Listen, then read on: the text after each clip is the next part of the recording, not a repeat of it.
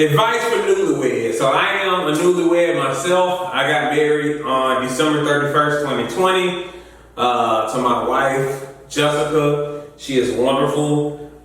It has been the best decision of my life. I definitely never expected to be married. I was just like, man, I'm never gonna get married. But I met the right one. And now I'm married. We've been married for 9 months now. It's been wonderful. I think all of it really just, you gotta communicate.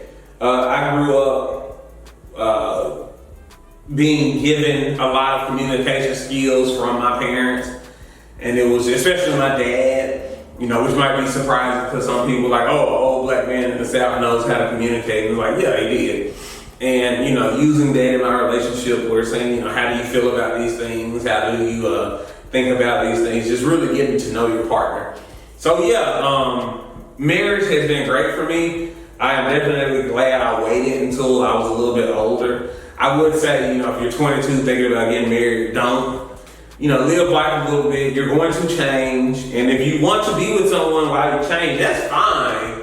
But, that might be a little bit of a clash because you might change into someone that they don't necessarily love. Not scare anyone, but we all change. So right now, it's just great. I really enjoy it. I don't remember what it was like being single, and I've only been married for 9 months, but we've been together almost 3 now. So get married, it's great. How do I feel about JSU football haters?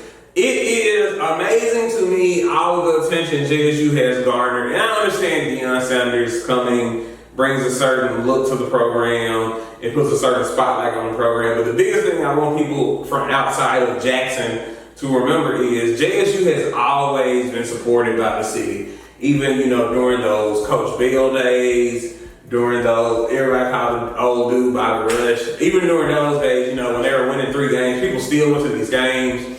People still tailgated. Like, JSU has this significant part in the city where, if you grew up in Jackson, no matter what, you have done something with JSU. Even if you didn't go to JSU, you went to NYSP, you went to some kind of program, you did something with JSU because it's really one of those, lifelines of the city. So I'm excited to see them with this media attention. I understand the hesitancy people had with Deion coming, with his past history coaching and with schools and everything.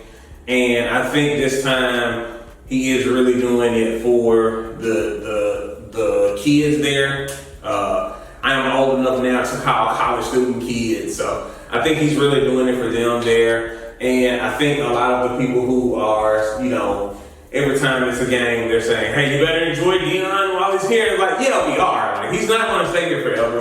And a lot of people realize that. But I think what he's doing here now is really special. It's and it's happy. It makes me happy to see JSU have this kind of attention again.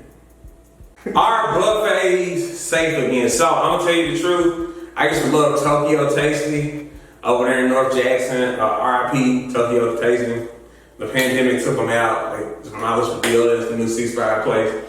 I wouldn't go to a buffet per se, but I don't think you should take nutritional information from me. You know what I'm saying? I enjoy myself, but I used to love buffets. But man, when you really think about it, they're kind of nasty because everybody's using the same utensils to grab stuff, and no one's really washing their hands. And some buffets they have the gloves out. And I use the gloves. I've been to a buffet a couple of times, during this part of the pandemic, and you just when you look at stuff and you actually think about it consciously, you're like, oh man, this is kind of nasty. You got the sneeze guards there where people look under the sneeze guard and look at food, and you got people almost touching the food, just hovering their hand around it, and yeah, man. So they're not my thing. I'll still do it, especially if it's free.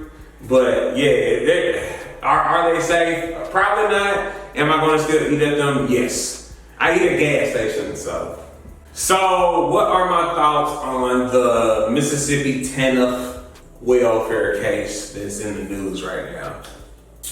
I think it is one of those things where it garnered national attention because, of course, who was involved, Brett Favre and everything. But there's also a certain element to it where, the Mississippi brand is what it is. When people think Mississippi, they think dirt roads, they think, poverty, they think just the country. People refer to Mississippi as, one of the worst places in the U.S. One thing I always think about is when I went to go see Django Unchained, and Dr. King Schultz was talking to Django, and Django was like, "We gotta go to Candyland," and he was like, "You know where that is, right?"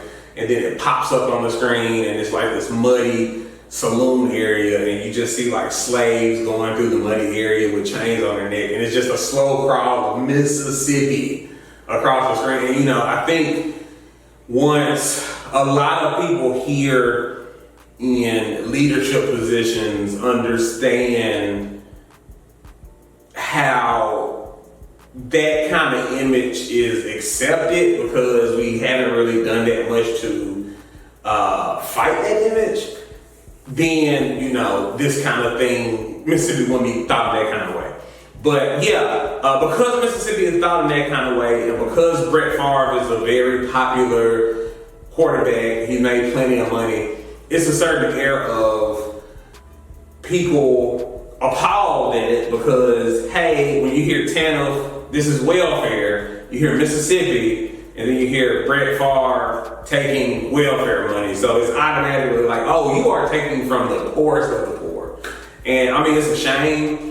Learning about what they use a lot of that money for, the entire system of it was corrupt, and it's unfortunate, and it's one thing. I was talking with the author of those pieces, Anna Wolf, and she was even saying, like, it's not really, the story isn't really about the individuals, the story is about how Mississippi leadership chooses property, where it's like, hey, we can use this to help people, but it's like, no, we can use this money to build a volleyball court, or we can use this money to pay rent at a horse ranch, like those kind of things, So it's unfortunate, man. I think those are one of those things that give the city a black eye. That gives the state a black eye, and it's shameful, honestly. We need more oversight in this state. We need more ethical oversight. We need a lot. And if you ever worked in journalism here, good luck with that. If you ever done anything where you need to get information about stuff, good luck with that. And it has to change. And I think a lot of people are under the assumption that it wouldn't affect me or anything like this, and it does. We're all losing. And I know it's not easy to see that, but we are. But yeah, it's shameful. I hate it. A lot of needy people didn't get the assistance that they needed. And there's nothing wrong with assistance. Some people need a leg up, some people need a little bit of help. And there's nothing shameful about that, So for them to do that, it was very shameful. And it just shows examples of how Mississippi chooses poverty.